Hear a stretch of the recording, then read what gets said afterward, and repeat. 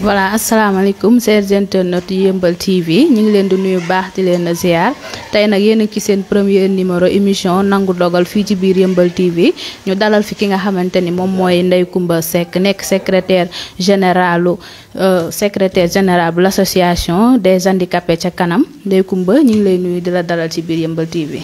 waaw maa ngi lay fay bu baax di kontaan bu baax ci li ma dalal ci kër gi mais maa ngi wax asalaamaaleykum wa rahmatulah jiital si nuyoo bi ak ziar bi Sëriñ Muntaxa Mbàkke Basiru yàlla na fi yàgg te wér naalim naa la Cheikhul Khadim yàlla na ko àggale ba naan yeneen di ziare Sëñ Modou Mbenda Fall yàlla na fi yàgg te wér moom it naalim naa la maam yàlla na ko àggale ba naan yeneen di ziare kulli ku nekk ci réew mi rek ak ku nekk bitim réew di ziare waa daara ji bu baax a baax a baax a baax.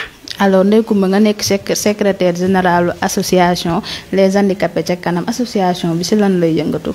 waaw suñu association handicapés ca kanam man maay secrétaire général cellule de Dakar. ñuy yëngu ci social. waaw dañuy yëngu ci social waaw suñu président tudd Serigne Moustapha Thiam. ñu koy nuyu bu baax di ko ziar au passage. alors Ndeye Coumba ñu tey ñu bëgg a yaatal émission bi ci li nga xamante ni moom moo nekk situation yi nga xamante ni handicapé yi dinañ koy dund fii ci Sénégal que ce soit mu nekk góor wala jigéen loolu yan leeral nga ñu ci mën a jox. waaw liñ ci mën a leeral bari na parce que tamit boo gisee émission bi ñu tuddee ko nangu dogal mooy yàlla daf ñoo teg lim ñu teg ba pare ñu nangu ko. société bi nag ñu nekk ci société boo xam ne man damay wax ne société bi dafa feebar parce que li ñuy jànkoonte ci ay problème dafa bari lool. waaw foo ko natt rek weesu na foofu. problème yi mën nga ci indi ay détails.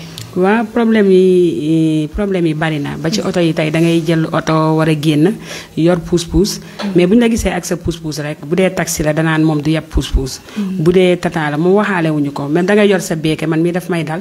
yor sama beeke ñëw ba war a jël tata bi bu ma séenee day dem damay obligé fekk ku taxaw ma ne ko doo ma arrêté tata bi bu arrêté ba mu taxaw loolu dootu ci mënati dara. su ko defee ma profité daal di yéeg. soo yéegee it duñ la may place. dañ lay bàyyi nga taxaw te xam nga ne handicapé ak ni ko yàlla bindee mu yor ñaari beeke bëgg a taxaw dafay metti waaw. ci problème yi ci foofu rek la féete wala ci seen wàllum fajook yooyu noonu. problème yi moom bari na parce que tey damay wax ne société bi new ma ñëpp a yem ndax bu ñëpp yemal ku ne geddi sa cër. mais dafa am loo xam ne duñ ko bàyyi xel. parce que da ngay xool hôpital. am na hôpital yi léegi sax macha allah ñu am na ci ñoo xam ne léegi sensibilité bi ñuy def tax na léegi ñu ngi def rampe mais da nga dem hôpital doo am rampe. nga ëmb ñu fob la ak sa ëmb. dugal la ci biir pousse-pousse mën na am mais boo demee ba ci table bi da ngay am problème. il faut que dañ lay fob yéegale te xam nga ki ëmb nga yëkkati ko mën nga ko gaañ. yooyu yëpp da cee am boole ko même banque yi boo fa demee. même chose. tey dañoo am carte d'égalité de la chance yooyu yëpp daf cee bokk ñun dañoo waruñu rang mais da ngay dugg ci benn banque duñ comprendre nga ñëw ñu ne la da ngay rang. te loolu ñoom ñoo ko war a njëkk a organiser ci seen banque ba pare. ba nga xam ne soo ñëwee ñu ne fii place handicapé yaa ngi nii même oto yi tey war nga ñëw ñu ne place handicapé yaa ngi nii. waaw parce que tey soo demoon ci Europe. dégg naa ñoom dañoo am place yoo xam ne tey handicapé yi ñoo ko moom kenn sañu ci toog. dëgg la yaa ngi lan moo tax ñooñu. àq bi ñu jox ak yelleef handicapé yi ñun Sénégal mënuñu ko te ñun ay jullit lañ.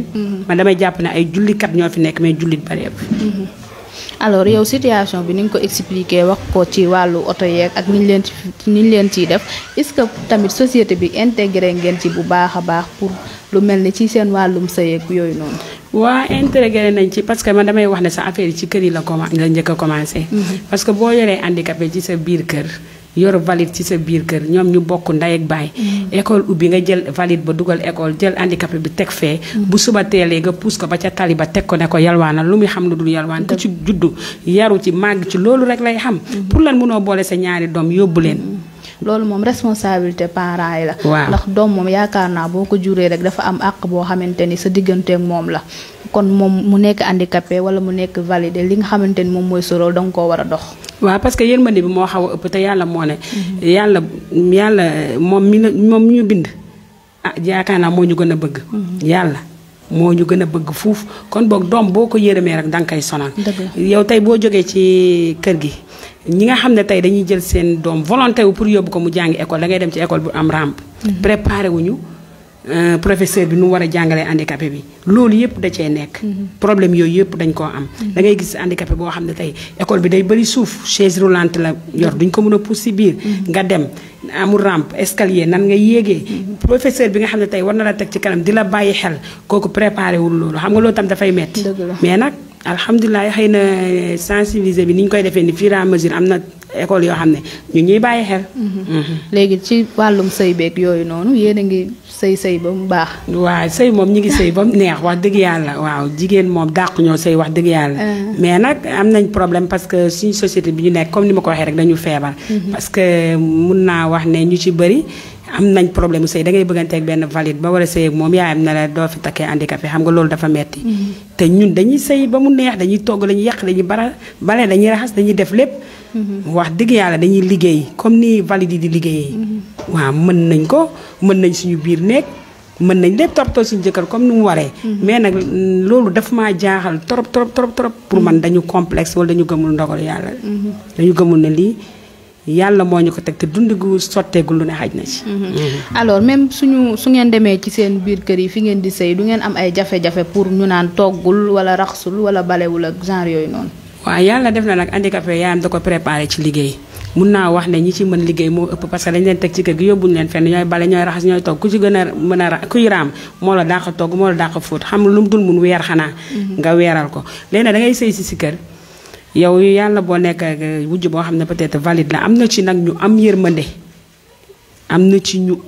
ñoo xam ne soo nekk ak ñoom. ñoom dañuy jàpp ne lii seen alal la mais am na ñoo xam ne mënuñu supporter sax wujj ak handicapé. am na ñoo xam ne mënuñu gëm ne seen doom dafa war a takk handicapé. dañ naan gaaf la dañuy jël gaaf lu yàgg loo xam ne dafa yàgg. gaaf la daal ba nga xam ne tey pour ñu takk handicapé sax dafa day nekk problème. waaw mais ñi nga xam ne tey yeewu nañ am nañ esprit de dépassement ñooñu ñoom ñu ngi koy def. mais am na ñoo xam ne ba léegi fi ñu toogoon ba léegi ñu ngi fa toog mooy handicapé dañ koy jël.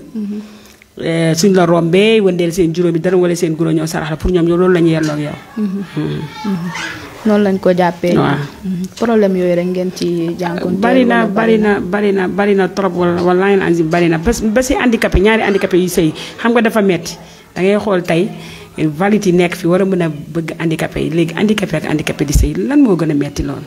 xoole ñaar ñu bokk nekk tey bu gaz tàkkoon bi fu ñu jëm nan la ñuy dawee dañu waxante dëgg neexul nan la ñuy dawee. dëgg la.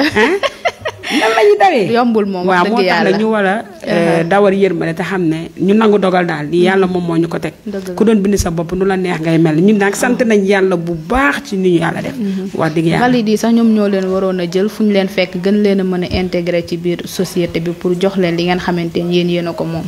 waaw loolu am na ci ñoo xam ne wax dëgg yàlla dangay nekk ñoom valide yi ñoom duñu sentir ne sax yow handicapé lañu àndal mais am na ñoo xam ne ñoom dañ koo gëm. am na ñoo xam ne mais man xam nga la question que je me pose mooy lan moo nekk ci handicapé ba war a mën a am yenn nit ñi di comporter woo yenn comportement yi. man loolu moo ma jaaxal loolu moo jaaxal ñëpp man wallaahi lazim loolu moo ma jaaxal. te man damay gis ñu bëri dañuy bañ handicapé balaa ñoo dee dañuy paralysé. voilà handicapé laago la rek te. waaw kii jomb man gis naa koo xam ne dañ koo takkal wujju handicapé mu ne moom du wujj ak handicapé mais bala nii dafa silmaxa nattu la ko yàlla teg. te ñu xam ne. tey man damay wax ne sax nit balaa dee handicapé ba xool nit maire yu bëri léegi pousse sariyo la ñuy doxee.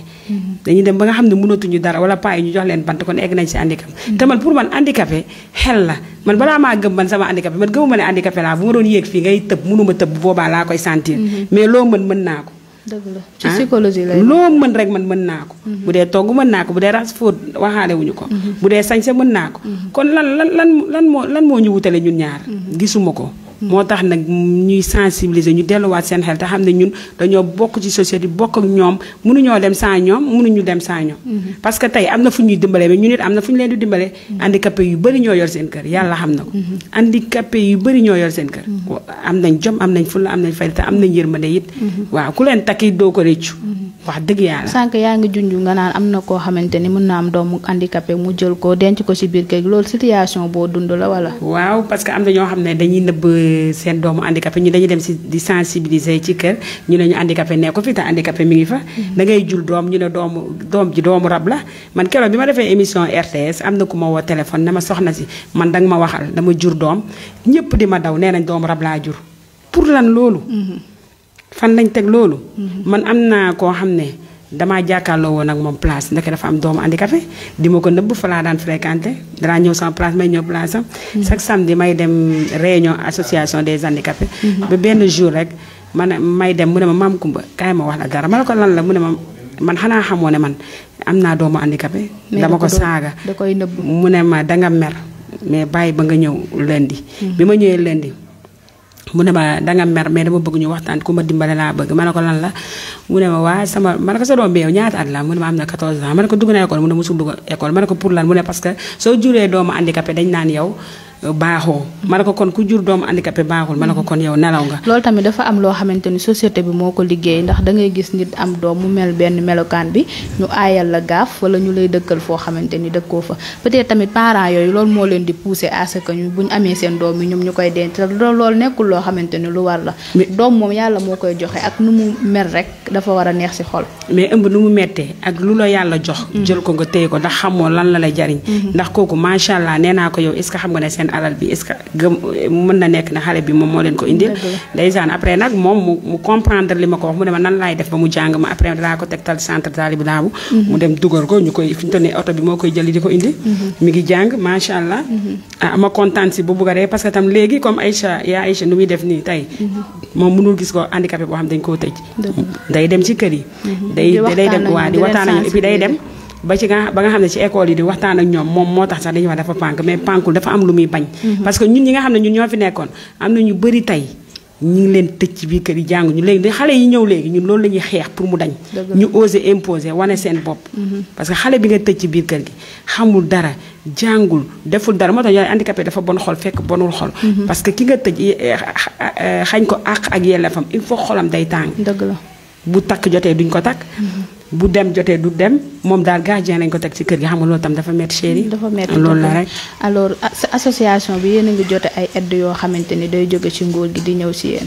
non nguur gi moom wax dëgg yàlla bu dee handicap ci kanam amaguñu benn dimbal foofu mais ñun suñu association des handicaps ca kanam. dañuy cotiser chaque weer 1000 francs moo tax sax am nañ benn suñu 6e édition le 16 le 17 le 18 la à Kaolack 14 régions du Sénégal tu vois ba. Mauritanie ñëpp ay ñëw ñëpp ay handicapé lañ mais valide yi tamit dañuy jàppale ñoom tam ñëw jàppale ñu léegi nag dañuy cotiser chaque weer 1000 francs suñu cotiser chaque weer 1000 francs ba année bi ñu xool ñaata personnes ñu lebal leen ku nekk 50 000 ñu fay ko ci 12 mois su ko defee ñu am ci lu ñu jàpp bien vrai que am nañ suñu association ñu yalwaan mais neexuñu ndax suñu sañoon kenn du yalwaan mais xale bi nga yar si biir kër ba mu nekkee xale ba tey jàngaloo ko xamul dara yalwaan lay xam waaw loolu la ndax yenn saa salaam moo ne loxo bi joxe moo gën loxo bi nangu kon ñun suñu sañoon dañuy joxe comme ñëpp dëgg la waaw léegi seen 72 heures yooyu nga xamante ni wala 3 jours moom nga lim ne dañu di def seen activité yu mel nan ngeen ciy def yenn genre activité waaw bu ñu xëyee dañuy wàccee dañuy jàng alxuraan wàcce alxuraan jàngal ñaan réew mi bu ñaanee réew am na ñoo xam ne dañoo bokkoon si ñun ñu ñaanal leen suñu paree dañuy def ndékki bi léegi suñu paree def exposition handicapé bu ci nekk ak li ngay liggéey ñii dañuy ñaw ñii dañuy ràbb ñii ay mécanicien lañu ku ci nekk daal li ngay liggéey léegi nag li nga xam ne moom nga mën daal nga exposé ko nga ñëw fësal sa xam-xam ku ñëw foofu di nga xam ne handicapé yi dañoo xarañ affaire bi du tànk mais ci xel bi la lu ne dara loo bëgg rek ci affaire yu jigéen lu jëm ci néegu jigéen handicapé yi ñu ngi koy jaay macha allah suñu paree ci loolu nag cérémonie officielle bi bu ko defee ñu def benn thème suñu defee thème bi jagleel ko am luñ ko jagleel su ko defee autorité yépp ñëw ñu xam ne handicapé yi am na lu ñu gëm lancé suñuy message président de la république ak réew mi yépp léegi nag la lendemain dimanche bi handicapé yi ñooy basket handicapé ak handicapé basket bu am solo basket macha allah waaw bu am solo loolu moom xam naa ñëw incha allah da ngeen war a ñëw de waaw loolu moom da ngeen ko war a fekkee invité naa leen d'accord léegi nag Mame Coumba ban message ngay lancé ñi nga xamante ni ñoom ñoo féete autorité yi pour ñu jàppale leen ak yooyu waa autorité yi li ma leen di lancé rawatina président de la république mooy loi d'orientation sociale bi rek lañ bëgg moom mu voté appliqué ko voté nañ ko ba pare mais na ko appliqué bu ko appliqué rek benn handicapé sax dootul yalwaanati logement sociaux yi tey war nañ cee mën a am parce que tey basketteurs yi footballeurs yi ñëpp dañuy am ay kër mais da ngay xool handicapé boo xam ne tey moo yor njabootam amul doole di fay luyaas di fay ndox nekk si naaj bi xoolal seen yaram yi dangay dem ba mu lakk xoolal albinos yi tey ñoom waruñu laal naaj te produit yi ñuy diwoo sax daf leen jafe léegi yow kooku boo ko jàppale woon dimbale ko même bu lépp mënut a ànd parce que lépp mënuñu ko amandoo mais li nga xam ne moom mooy l'essentiel bi lu ci mel ni kër. lu ci mel ni ay oto ñu jàppale ñu si bii si moom bu dee dem dëkk yi. am nañ carte ñii am carte d'égalité de la chance ñi si bëri am nañ carte yoo xam ne boo duggee ci bii si doo fay mais tata yi moom defaluñ ñu ko wax dëgg yàlla. waaw tata yi moom defaluñ ñu ko. waaw ñu ngi koy sàkku tamit si ñoom bu baax a baax a baax. ñoom it ñu jàppale ñu bàyyi handicapé bu ñu gis surtout taximaan yi am na ci ñu bëri ñoo xam ne yàlla xam na ko suñ gisee ñaari pousse dañ naan duñ ko yeb. te xam nga tamit munoo dem sans chariot. waaw dafa metti. kon Mame Coumba ñu ngi lay remercier di la bàyyi nga tàggoog internet yi la doon seetaan. waaw maa ngi kontaan bu baax ci dalal bi ngeen ma fi dalal mais maa ngi nuyu waa àdduna bi yëpp mais di nuyu suñu association jiital ci sëñ Moustapha Thiam di nuyu képp ku nekk ci groupe bi rek maa ngi lay nuyu di la ziar di la kontaane di leen jaajëfal bu baax a baax a baax. di ñaanal nag waa Yeumbeul TV yal na leen yàlla yokk ba ñu yëg ko fañ bëgg a àgg yal na leen fa yàlla àggale ba ñu am suñu télévision bopp incha allah. voilà Mame Coumba ñu ngi lay remercier di remercier internet yi ñu doon seetaan di leen jox dig daje ba lundi bii di ñëw incha allah fii ci biir Yeumbeul TV.